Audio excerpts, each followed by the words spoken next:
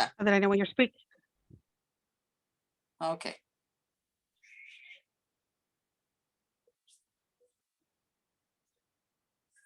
We are still hearing you in the main Zoom line, Adriana. Adriana, we'll have this on simultaneous in Spanish. So when you're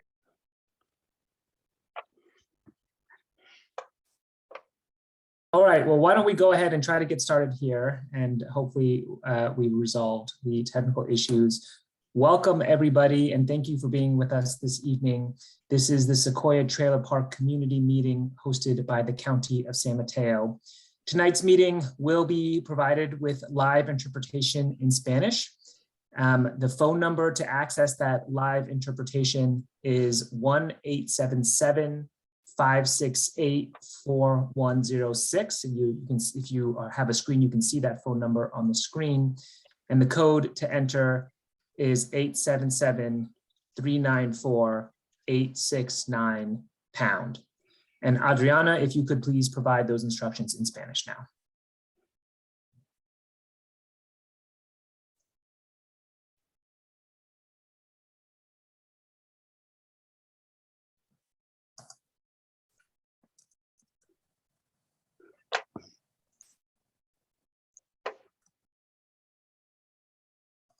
Adriana, your microphone appears muted. If you could please unmute your microphone.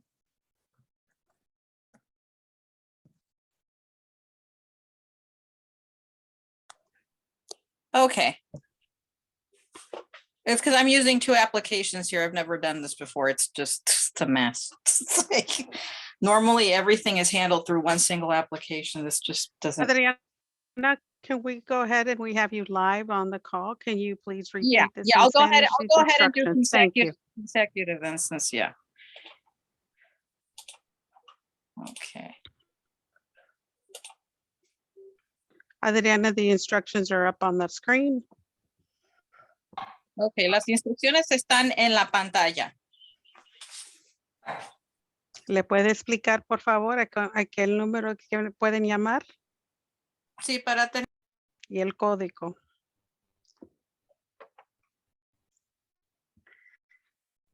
Sí, si necesita ayuda en español, por favor, llama a este número.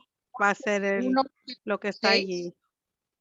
Y el código para entrar es 877-394-8696, símbolo de número. Okay. Okay, Thank great. you, Adriana. Thank you very much. For everyone's information, tonight's meeting will also be recorded and will be made available to you all if you would like to view it again in the future, or to residents who are unable to be with us this evening. They can also view the recording later on, and we'll get you the information on how to access the recording later on in the meeting. We have also activated the chat function for the Zoom meeting, so you may ask questions during the meeting, and if possible, our staff will be available to answer those questions. In addition, there will be a question and answer period at the end when you can ask panelists questions and have them answered live. So why don't we go ahead and get started? Next slide, please. That's me. I'm Justin Mates. I'm a Deputy County Manager for the County of San Mateo. Next slide, please. And here's just a brief overview of what we're going to be talking about tonight. We're here to talk about safety at the Sequoia Trailer Park. We're going to start off with a little bit of background and also introductions of the representatives we have here from a number of county departments, as well as the Redwood City Fire Department.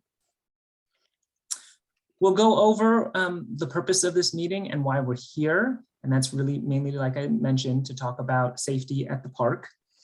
We'll talk about the recent inspections that county inspectors and fire inspectors did at the park with respect to the external, the outside of each of the units, as well as the park itself. We'll talk about the corrections that are going to be needed in order to get the units into a safe condition. And we'll talk about the process by which you'll be notified of those needed repairs and the timelines by which you'll be needed to make those repairs to your units. We'll also go over the resources that are available to help folks at the park. And we'll talk about what to expect going forward.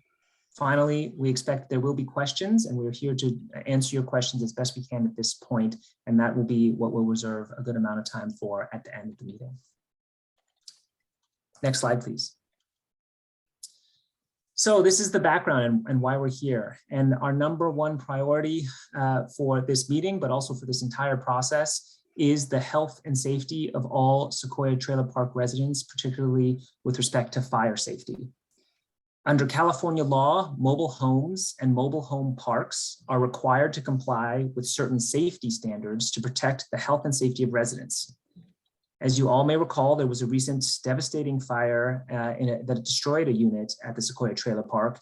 And this really serves to highlight the importance of adhering to safety standards at the park. We've recently done an inspection of all of the outside of the units and the park. You may have seen our inspectors a few months ago. We had representatives from Redwood City Fire, from our building department, as well as from our environmental health department inspect the units. And through those inspections, we have identified a number of urgent corrections that need to be implemented in order to address risks to the health and safety of residents. The County of San Mateo has assembled a cross-departmental team to work with the park and support residents in addressing these high priority safety and compliance concerns of the park. Next slide, please. We will briefly introduce the county departments and agencies involved in this effort. First off, I would like to introduce Emma Gonzalez from our Office of Community Affairs. Ms. Gonzalez will actually serve as the MC and host for tonight's meeting, and she will also introduce the other partners on the call. Emma? Great, thank you, Justin. Hi, everyone. My name is Emma Gonzalez, and I work for the Office of Community Affairs out of the county of San Mateo County.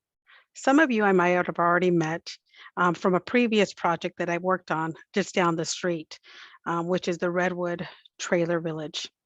During this project, I worked very closely with all the residents to listen to their concerns, to explain the county's role in the project, and of course, to ensure long-term health and safety of all our residents.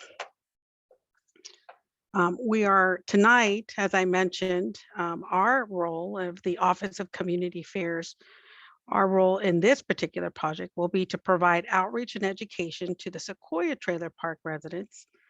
As you may have met many of our team already who went out and canvassed and provide you announcements of tonight's meeting.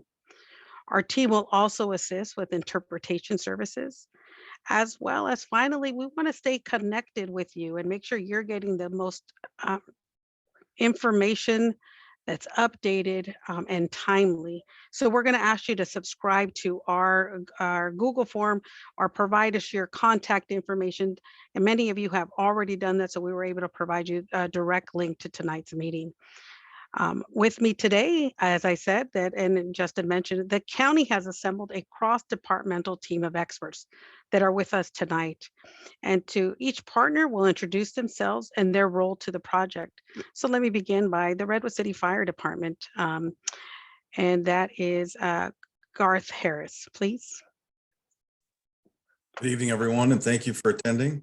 My name is Gareth Harris, and I'm the fire marshal with the Redwood City Fire Department that protects your area under a contract with the county.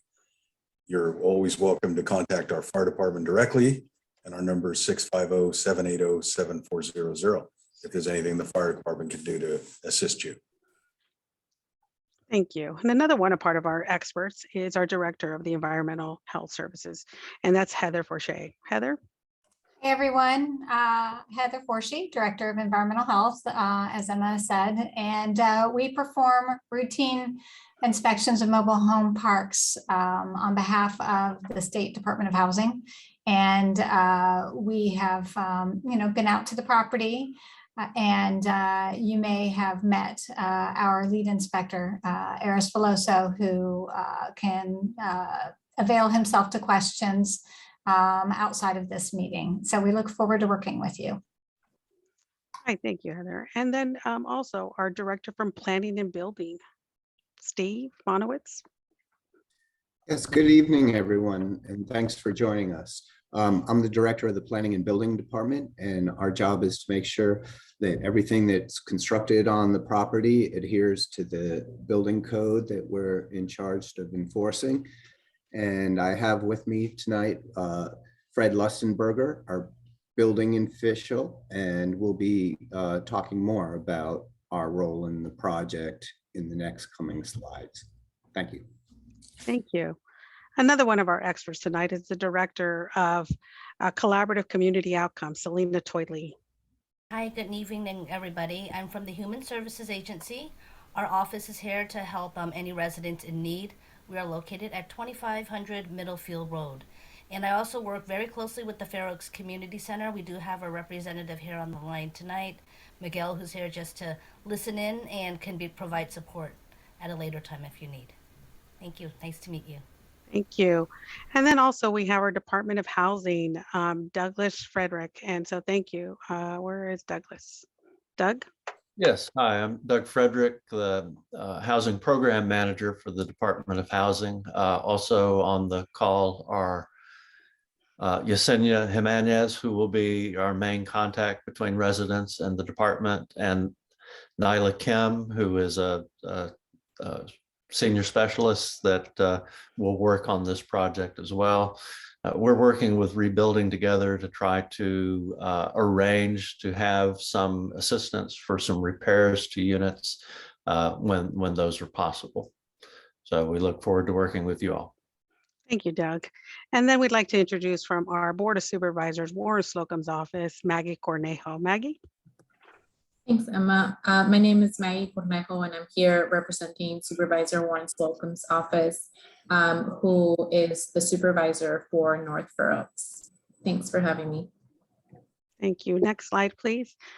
You know, one thing that I failed to mention is I know we're all meeting tonight on a Tuesday night, and I want to thank and welcome everybody, but I also want to say Happy Chinese New Year, Gung Hei Fat Choi, to everyone that's on the line. I think it's very important that we celebrate and acknowledge that today is a Happy New Year. So thank you very much for taking this time out of your day to be a part of this community meeting. As we introduced our panelists and our experts from our county, as we talked about this this team that we've assembled, and I'm going to pass it over to Steve Monowitz and Fred Lutzenberger from the Planning and Building Department. Thank you. Thank you, Em, and good evening again, everyone. If you please go to the next slide. So I'm here to introduce you to kind of the next steps about how we'll proceed with addressing the needed corrections at the park. We'll be sending a communication to you early next week that will give you an overview of what's happening and what we need to achieve in the course of the next few months, and provide you with an opportunity to sign up for a good time for us to meet with you and to deliver the necessary correction notices. At that time, you'll have an opportunity to ask questions. If you need clarification about what's being asked of you to correct whatever problem, we'll be happy to work with you to make sure you understand what's being asked. And then those correction notices will be delivered to you at your scheduled on-site meetings, and that will occur during the week, beginning the week of February 14th. And from there on out, we'll be working with you to ensure that those corrections are appropriately addressed in a timely manner. And we're going to get more into the detail about that in our next few slides, beginning with the various categories of corrections that we know will be needed. And to discuss those categories of necessary corrections, our building official, Fred Lustenberger, will take it from here. Good evening. I'm Fred Lustenberger, the county's building official. And I was one of the folks that was out there a few months back and did the initial inspections. So as Steve mentioned, we'll be sending you some information shortly explaining the process moving forward. And then subsequently, we'll be making revisits to the site, and we'll be visiting every site out there. And just to go over the process briefly, myself or one of the county's inspectors that works under me will be visiting each space by space, meeting with hopefully the resident or the owner of the unit, and talking directly with you about any issues that we may have found during the inspection process some months ago. We will briefly review the correction notice you may be receiving. To give you an example of what that is, it will be a very short, to the point correction notice. These are handwritten, for example, and it will say what the issue is or what the problem is, and then explain in very simplest terms what needs to be done about it. We'll be there and explain it to you and help you with any questions you might have. So we'll be able to answer any questions related to the correction notice or the process from that point. And we'll explain the process moving forward as it relates to building and planning department's role in the overall process here. The correction notices will have issues on there, or lack of a better word, violations that will fall into one of three broad categories. And basically, I don't know if you can see it, but this is the list, and we will have the same thing in Spanish as well. And there's three categories, what we consider to be category 1 or very high concern items, such as, for example, flammable liquid stored under a unit, something that may cause a catastrophic problem. We'll have category 2 items that are of high concern, and those would be issues that still need to be addressed but are not quite as urgent as the ones in category 1. In category 3 correction items, those are ones that will need to be corrected at a point in the future, hopefully sooner than later, but do not have a specific time frame settled with them. And they're usually something that will need to be done in conjunction with park management. So that's kind of the process that we'll be undertaking this month over the next few weeks as we come out and visit. And the process for doing the inspection or visiting the sites to explain what the corrections are, which you may be receiving, and there's some units that don't have any correction notices, will occur over a period of several days, because this will take some time, and we will try our best to work with you for the best day and best part of the day, either morning or afternoon, that best meets your needs. So we'll try to impact your schedule as minimally as possible. So at that, I'll let the next panelist speak.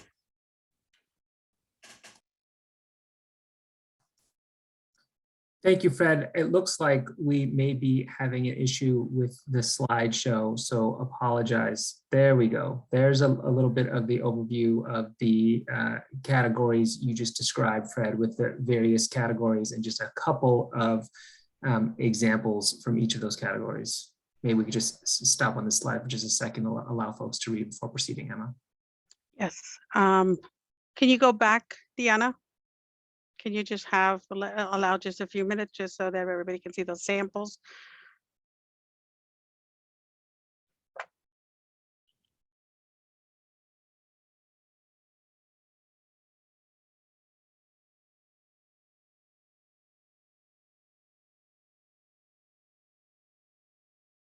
Okay, Deanna, next slide.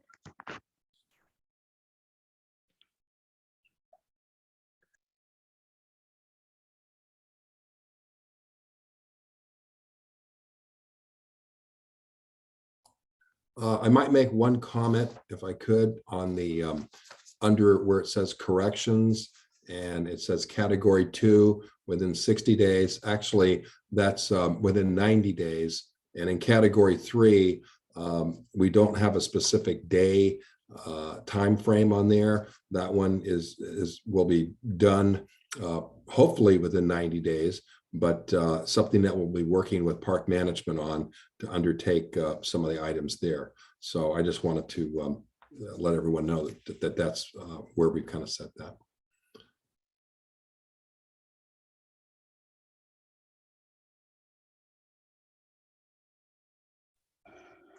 Thank you. If we can go to the next slide, please. Selena Toyley, I would like to introduce Selena, as we mentioned, and she will, Selena Toyley from Human Service Agency. All right, so as Steve and Fred mentioned, when he meets with each of the unit owners, you'll sort of get a list of sort of what the situation is and what needs correction. And I just want you to remember that everything is really to ensure the safety of you who's living there. So I understand that maybe some of you may be nervous, you don't know what to expect, you're anxious about sort of what you might get in that. But I want to assure you that we will be working with you each step of the way. So if you get a notice and there are changes or repairs that you need to make, and you find that because of that change, it impacts your situation, your household situation, your living situation, or you realize it's something that you need support on, I want to let you know that you can go to Fair Oaks Community Center. The phone number is listed 650-780-7500. We have someone listening on this call, so they'll know sort of your circumstance. They won't know the situation for your individual unit. You won't get that information until you meet with the county staff. But after you meet with them and something's changed because of you need to make a change in your unit and you don't know how to deal with it, encourage you to go to Fair Oaks if it's something that you do need assistance with that's outside of the repair. It could be something that might affect a family member living there, someone who's temporarily staying with you, for any resource. I'm going to turn it over to Doug from the Department of Housing to focus on the next area. So as I mentioned earlier, we are working with Rebuilding Together Peninsula to see about providing assistance if there are repairs that you need to have done that you're not able to do yourself. It's an ongoing process at the moment, and as soon as we have more information about what we will be able to do, we'll let the Fair Oaks Community Center know, and you'll be well, actually, it'd be building and planning that we'll let know, and they'll know how to refer you in the right direction.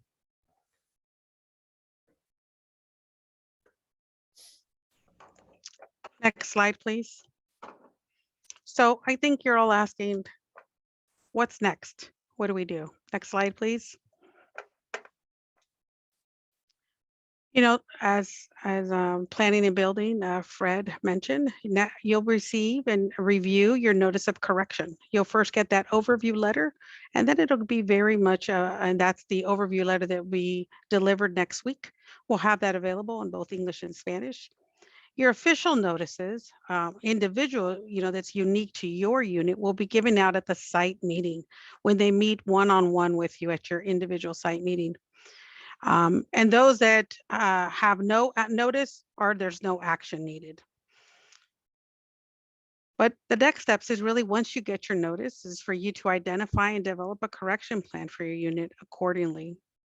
To understand the timelines that they've laid out for you, not only in today's meeting, but also in the letter that you'll receive. You'll begin to make those repairs and corrections and really work towards that due date that they've established. But more importantly, if you have any questions, you could always call our phone number here, and it's a Spanish and English speaking staff person that can answer any of those questions. Next slide, please. But as we mentioned, it's really important to stay connected. More importantly, we'd like you to subscribe to our to stay connected in communication so that we can send you information such as tonight's meeting or any updates as they come forward. We can send you that direct information. I've also put that link in the on the slideshow, but you could also call the same number, 363-1859, and they will able to also enlist you and take down your information and get you on that subscription list. But again, it's very important to stay connected. Next slide, please. Now we'll take the time to ask any questions or answers, or answer any, you could ask us any questions and we can make those answers. Any preguntas o respuestas que podríamos hacer. Otra vez el número de teléfono, I'm going to say it in English and Spanish. If you have questions or concerns or really would like to subscribe, you could call the 650-363-1859. Si tiene más preguntas después de hoy, la junta de hoy, puede llamar al 363-1859. Por favor, ahorita vamos a tomar preguntas. We could raise your hand and we could go through the raise hand features if you guys have questions. We're more than happy. Our team of experts here will be able to help answer those questions. Emma, looks like there's already a question in the chat that we may go ahead and just take first. Jessica asked if Sequoia Trailer Park will be changed to look like Redwood Trailer Village. I'll go ahead and provide a response to that one. Once again, my name is Justin Mates. I'm a deputy county manager. You may have all heard that several years ago, the county worked with the owner and the residents of 855 Barron to replace many of the units then existing at that smaller mobile home park. Most units at your park, the Sequoia Trailer Park, are much safer condition than the prior units at 855 Barron, many of which were simply irreparable and unable to be made safe to live in. And most of your units should be able to be repaired without requiring replacement of the unit. If there are residents who are interested in purchasing new units, the county is working to identify potential community or nonprofit partners who may be able to work with you to assist you on purchase of a new unit. Please contact the county at the number that's on your screen if that's something that you would be interested in.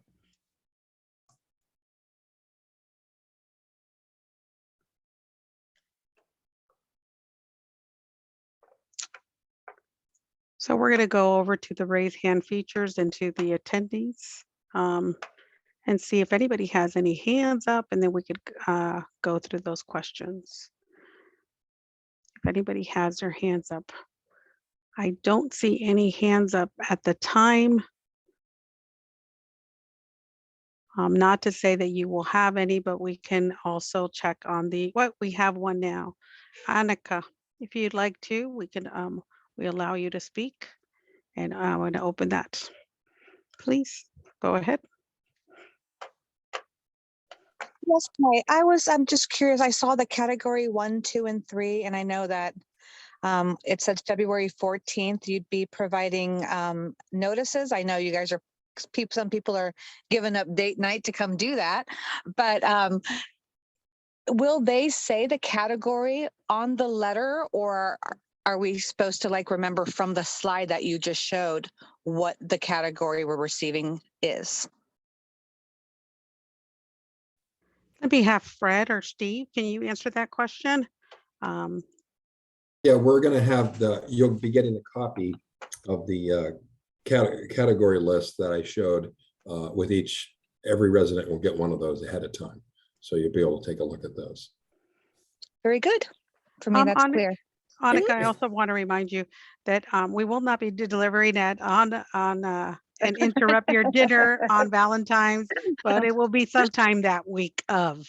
So very good. I was like, wow, you guys are really dedicated. Very Thank good. you.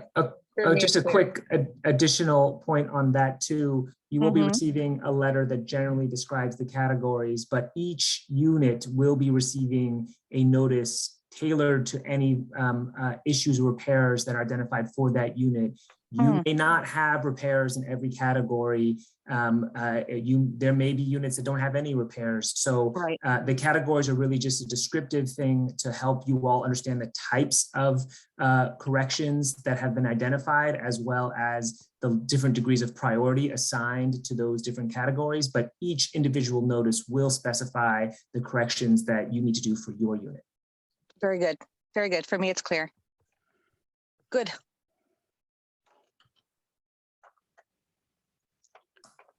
I don't see any other hands raised at this There's time. a question in there are a couple of questions in the chat, Emma. Okay, let me get those open.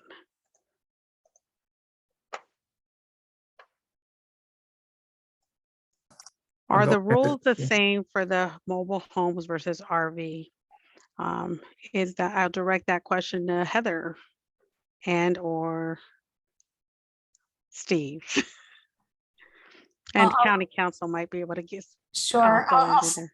I'll start generally and say that health and safety requirements are the same, regardless of whether you're in an RV or a mobile home. Setbacks are the same as well. So generally speaking, yes, they are the same. And I don't know whether Fred or Steve wants to go into any greater detail than that.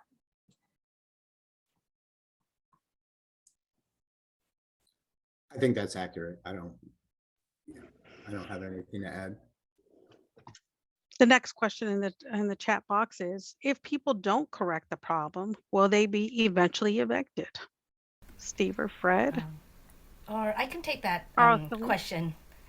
Yeah, so evictions are actions that would be taken by the landlord or the park owner. So the county generally doesn't get involved in that. So if you do not make the necessary corrections that's on the notice, if you do receive a notice, you may be in violation of the terms of your lease. And so as a county, we can't provide you any legal advice, but you can go to any legal organizations to seek that advice if you get to that point. I hope that answers the question. Anyone else want to add? Is that okay? The next question I think we answered, will the Sequoia Trailer Park be changed to look like Redwood Trailer Village? That's the one I answered at first, Emma. Okay, thank you. There's a question here that's a little bit ambiguous. I'm going to go ahead and give a stab at trying to answer. It says, what is the owner's position at this time? I'm not sure exactly what that's a reference to. In general, there are responsibilities of park management, and those are with respect to certain things about the park, particularly the common areas. And then there are those residents and owners are responsible for owners of the units are responsible for the units themselves. So I hope that answers that question. If there's a more specific question, please feel free to put in the chat or raise your hand.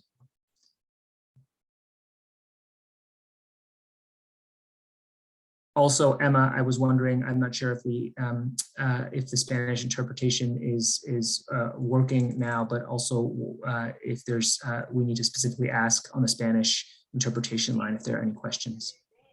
Clara, we'd like to know if there's any questions from the interpreters or from the Spanish-speaking community. I know that there was some technical difficulties and we may have to come back and repeat this message, but if you could ask them if they have any questions, that would be great.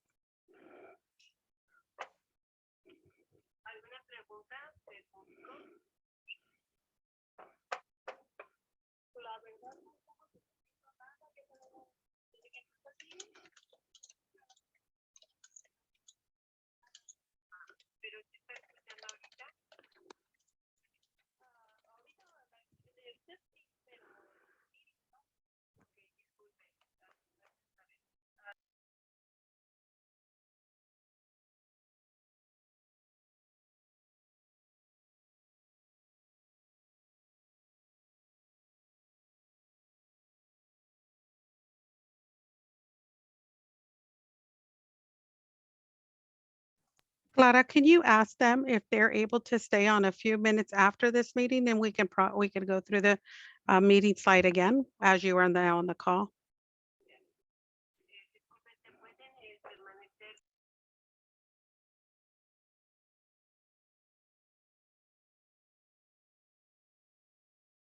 And we do apologize, please.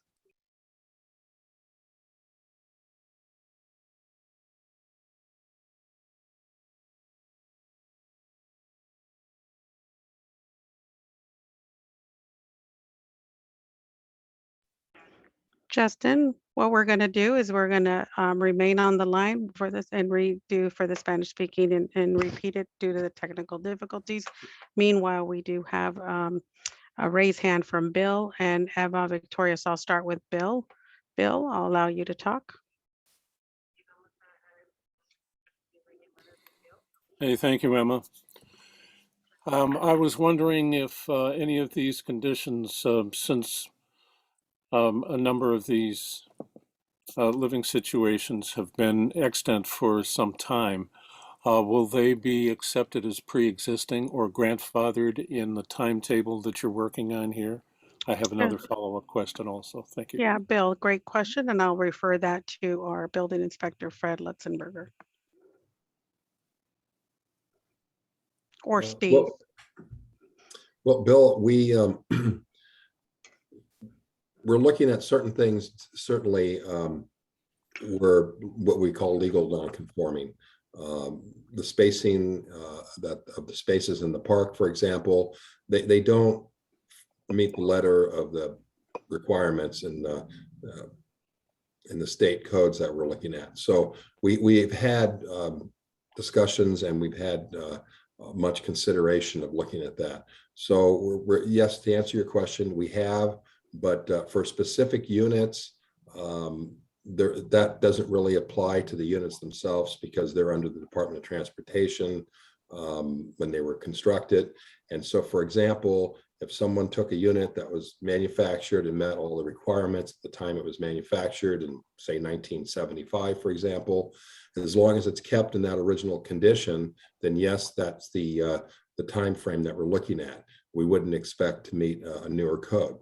But if something was modified since that time, say an air conditioning unit was installed through a window or something like that, then that issue would not fall under the legal non-conforming requirements. I hope that answers it.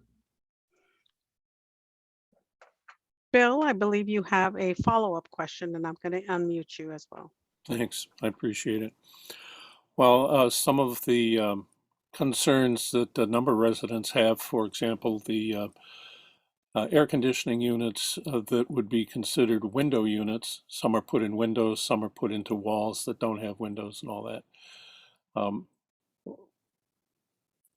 Living without air conditioning in this climate in summertime, for particularly some of the senior citizens here, is rather beyond the possibility of survival for some of the warm seasons, the warm seasonal stretches that we get. Replacement roof units in RVs, as opposed to window units that can be put into mobile homes, are about 10 times the price of what a mobile home could accept, and would in some cases far exceed 1, maybe 2 months of the cost of paying rent. Could be out of the ability of some of us to cover. And I noticed that the recreational vehicles and mobile homes are constructed entirely differently, as some of our more capable neighbors have been able to move some of these units into our park. It's a real contrast in durability, style, comfort, insulation, and all of that. So it's rather challenging, I'm sure, for the inspectors, and it is for us to try and satisfy the rules that were written for one type of housing to be imposed on another type. Bill, thank you for the question, and I think it's kind of a multi-part question. Yeah. It could be answered by a number one of our panelists. So I'll start with building and planning, and then move over for the repair and options, alternative options. Then we'll move over to the Department of Housing, as well as the Human Service Agency. So there's a three-part so I'll kick it off to planning and building first. Well, I'll go ahead and I'll start, and I'll let Fred chime in. I appreciate the challenges of correcting some of these problems. And I think as a county, we're really focused on the problems that are creating the greatest safety concerns. I can't say whether or not the air conditioner unit example is one of those at the top of the list. Maybe Fred will want to chime in on that. I think from what I've heard and what's been seen out there, I think perhaps some of the more concerning examples are with when gas is involved with piping that could be unsafe. So I think where the corrections are really required to address a true safety issue. We want to provide whatever assistance we're capable of providing to make sure those really critical safety needs are addressed. So, you know, if there are other issues that don't rise to that, I don't think we're going to be nitpicking on that. We're really going to do our best to stay focused on the important safety issues and work with you to the best of our ability to find feasible solutions. Fred, you want to add anything about the air conditioning units? Yeah, I would just say that it is true that cost is going to play a factor here, but life safety and you know, protection of human life has to be weighed at a greater level.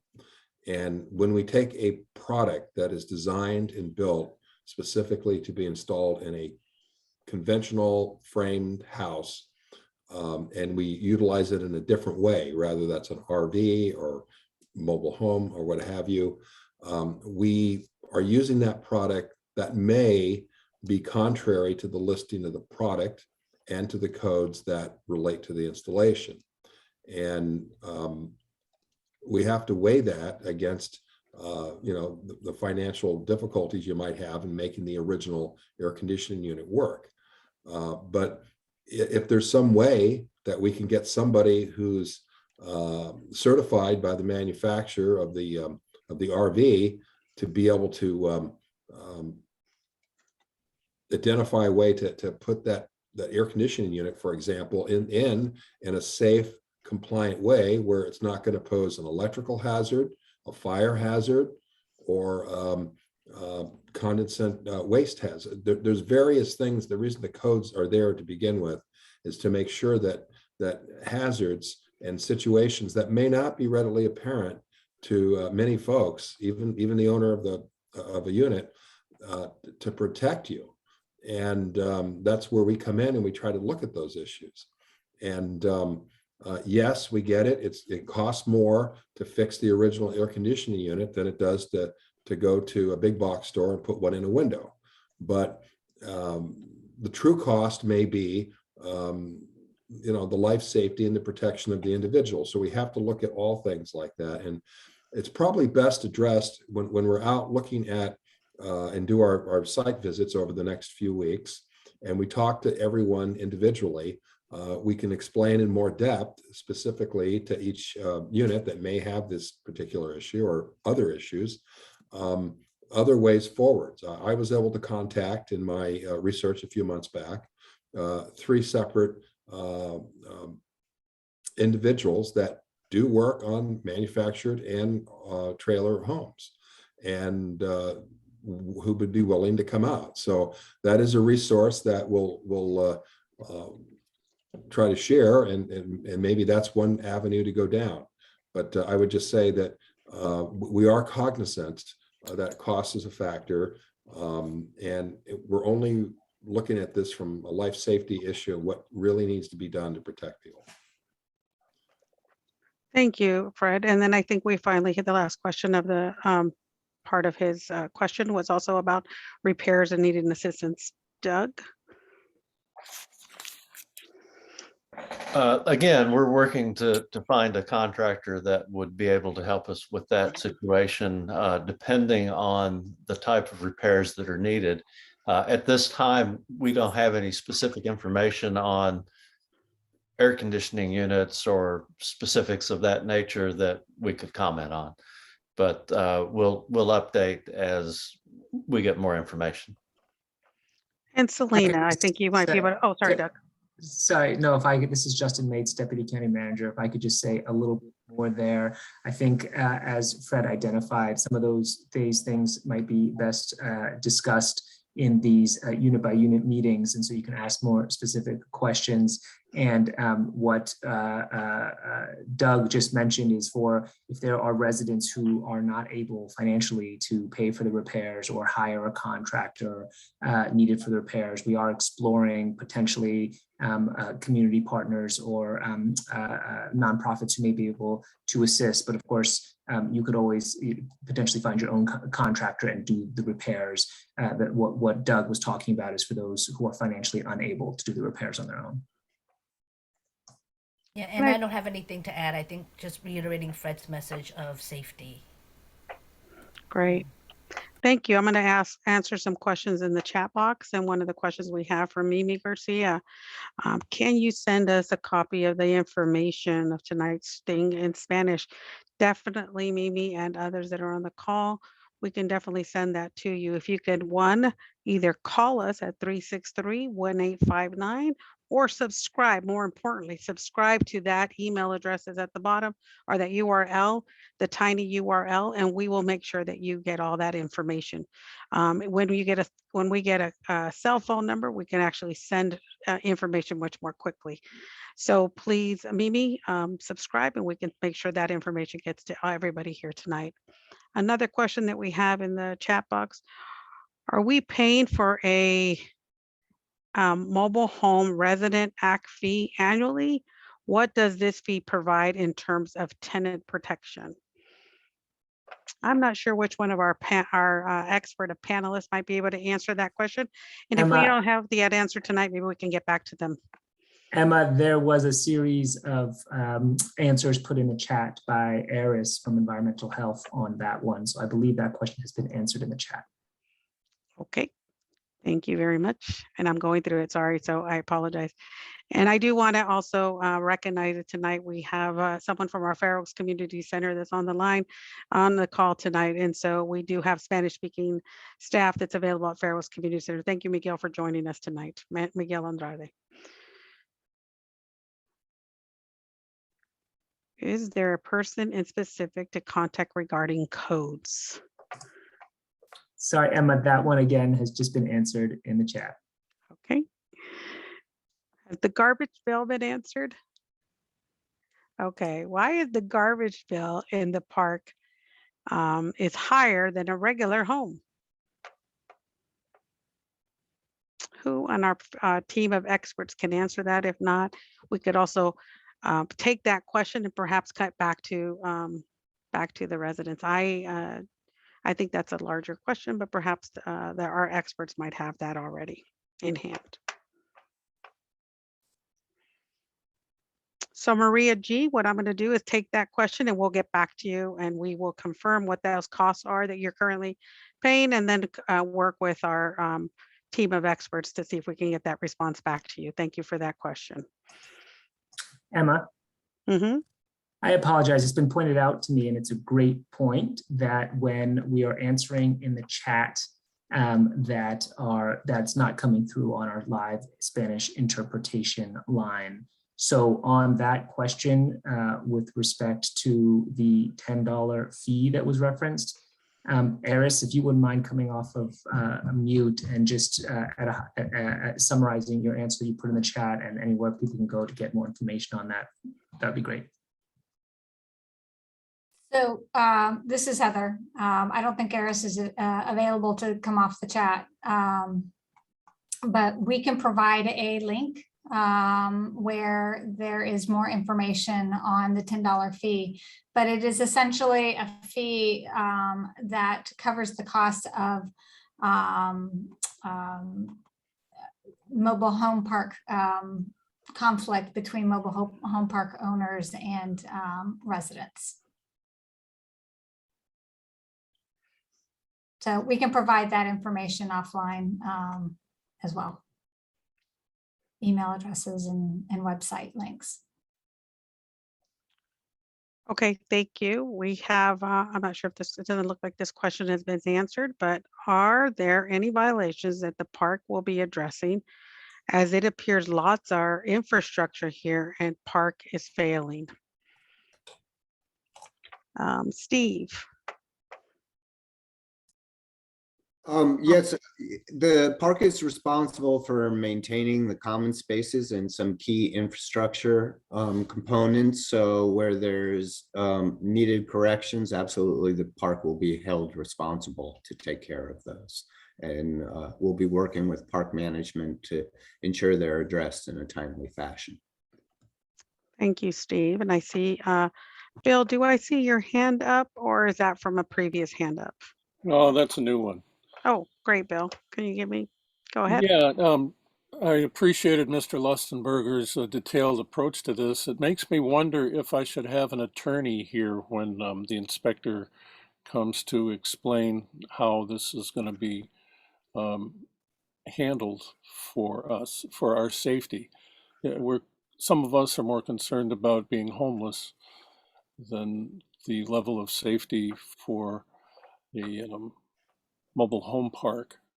We don't have necessarily the funds to purchase mobile homes, some of us, and it's just sounding rather intimidating with all the subtleties that he's including.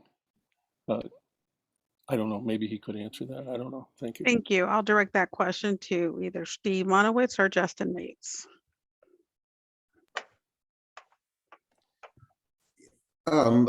Yeah, I'm not sure how to respond to that. Justin, you want to take a crack? I mean, I think the bottom line is we don't want to start any sort of legal proceedings with these notices, where it's more about working with the tenants to address what we think are real safety concerns and to figure out a way forward that will work, hopefully for both of us. So I, in my view, it doesn't seem necessary, but like Selena said earlier, we're not in a position to provide legal advice. Yeah, and I'm happy to add to that. I think that's right. The point of these meetings is really to explain the notices to you and explain what needs to be done under the code. That being said, you're welcome. If there's somebody who would be helpful for you to have there to advise you, you're welcome to that. You're also welcome to consult with whomever you would like with respect to a legal advisor or any kind of legal services, such as a legal aid society, for example. So you're welcome to consult. This is not intended to, the county will not be bringing an attorney. It is not meant to be a very like sort of a formal interaction. That being said, you're welcome to have anybody there who would help you understand what you need to do. Great, thank you. We have a question in the chat box. Also in reference to the lot line violations where the unit is too large to have 3 feet of clearance, what is the park's responsibility to relocate the unit to a more appropriate size space, as it is the park who assigned said spaces? Steve or Fred? Yeah, so we are concerned about that issue as well, and working with park management to address it as units are moved out. We're ensuring that new units that move in comply with the setback requirements, and also looking at opportunities to make better use of the spaces to provide the necessary setbacks. So we're trying to address this over time so it doesn't result in any need for drastic relocation of many units. So that's the approach that we're taking at the current moment. Thank you, Steve. And I see one more thing that we have in the chat box, but it's more of a comment from MM. Oh, about the lighting. Lighting at the entrance has been neglected off and on. I hope the park owner also prioritizes this. This is a comment. Next question. So are new units then being prioritized over existing residents? I'm not sure if we can answer that, but Steve? Yeah, no, it's not a matter of prioritizing one over the other is trying to, you know, make the best out of the existing situation without requiring, you know, the established units that may be difficult to move, requiring them to move unnecessarily if we can figure out an alternative solution. So I think this is in the interest of all park residents to provide those setbacks wherever we can. And we're, as I said, trying to do it gradually to minimize disruption. I don't see any new questions in the chat box. Oh, I do have a hand raised by Maria. Maria, I'm going to open it and allow you to speak. Maria Espinola. Maria Espinola. Hello. Hi, Maria. Is this you? Yes. Hi. I don't know if this question was addressed or if anybody talked about it. I did miss a little bit. I apologize. I was dealing with another meeting. But in regards to our storage units, are we okay with our storage units? I know that there was talk about us not being able to store things under our trailers, but in regards to our storages, are those going to have to be moved? Thank you, Maria, for that question. I will give that over to Fred to answer. Hi, Maria. In some cases, they may have to be repositioned on the site to make sure that they have the required setback from both the lot line, either rear or the side, or from the unit itself, just to make sure that there's a you know, code required buffer between what you're storing in the storage unit and your neighbor and or your own unit, just so if something were to catch fire or some other hazard, at least it's not in too close a proximity to cause immediate spread to something else. So I think that's what we're looking at there. Thank you, Fred. The next question that we have is from Jessica. It's in the chat. First of all, thank you all for the information and your time. Just curious, if things are not changed by residents, does the county have authority to shut down the park? Fred or Steve?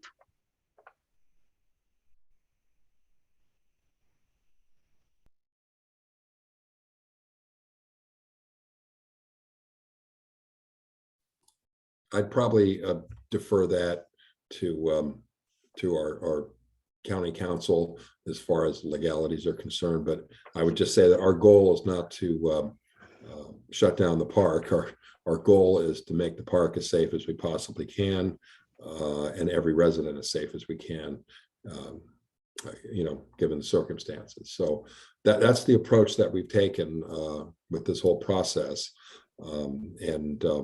So I would just say that shutting the park down is the furthest thing from our minds, at least. Thank you, Fred. I hope that answered the question. Clara, you're in the Spanish speaking. I know that if they have any questions, they're open to ask questions now, but we are going to repeat the same slide to catch them up. Clara, any questions from on your end? Or would they like to hold those questions?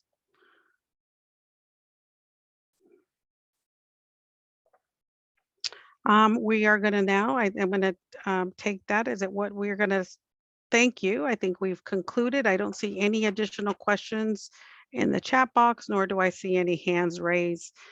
So on behalf of San Mateo County and our team of experts, thank you so much.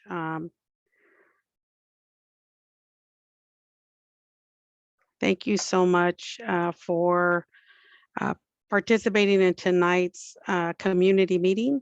This is the first of others that we may have. You will be, as we talked about in the meeting tonight, you will be receiving your first notices and overview, and then scheduling a meeting to get your individual meeting date. So thank you once again, and appreciate your time, and Gang Hoi Fai Cho, and Happy New Year's to all of you. And for those of you that want to remain on the call, or you're happy to stay, but we're going to repeat this again for our Spanish speaking. We had a technical difficulties on our Spanish speaking call, so we want to make sure everybody has equal access and equal information. So thank you very much, and you're happy to stay. Have a good night. and hope to see you soon. Thank you, everyone. Thank you, everyone. San Mateo County experts, if you can stay on the line for a bit, we're gonna go through the slide deck. Apologize for the technical difficulties. Emma, do you want me to start from the beginning? Yes, please. Clara, are you on the call still?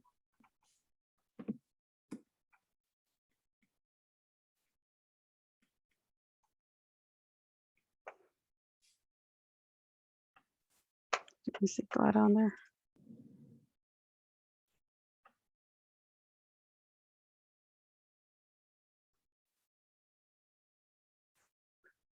Clara, I'm moving you to panelist. Clara, can we hear you?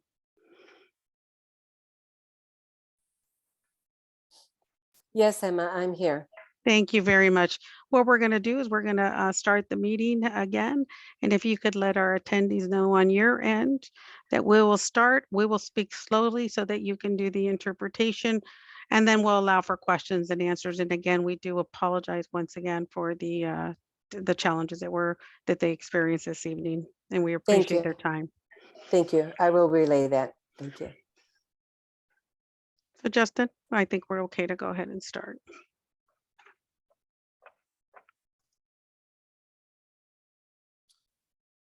Okay, great. Thank you all once again for being here. My name is Justin Mates. I am a Deputy County Manager for the County of San Mateo.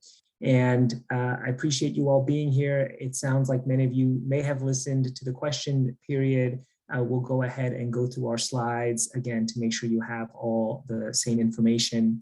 We'll start with a bit of background tonight on why we're here and why we're communicating and having this community meeting with you all. We'll talk about the recent inspections of all of the exteriors of the units and the types of corrections that will be needed to bring your units into a safe and healthy condition. We'll also talk a bit about some resources that may be available to you at this time. And then we'll talk about next steps and what to expect and the timeline going forward. Next slide, please.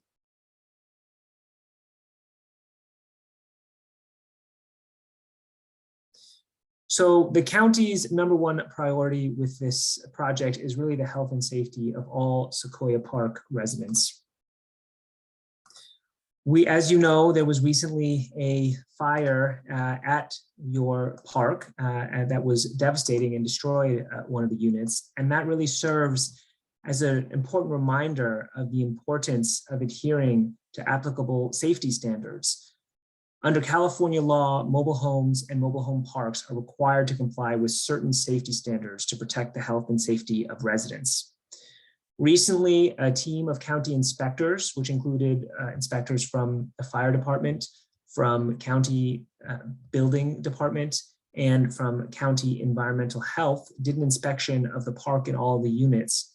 And through those inspections, the county identified a number of urgent corrections that will be needed to address risks to the health and safety of residents, particularly with respect to fire safety. The County of San Mateo has assembled a cross-departmental team to work with the park and support residents in addressing these high priority safety and compliance concerns. You may have already heard from a number of us earlier in the meeting, but maybe for just reference, we will quickly go and ahead and introduce the departments and representatives. Next slide. Just want to start off by introducing Emma Gonzalez, who is the head of our Office of Community Affairs and who is serving as MC and host tonight, and will introduce the rest of the team. Hi, my name is Emma Gonzalez, and as Justin mentioned, I work with the Office of Community Affairs. Some of you I might have already met through a previous project that's up the street, just down the street at the Redwood Trailer Village.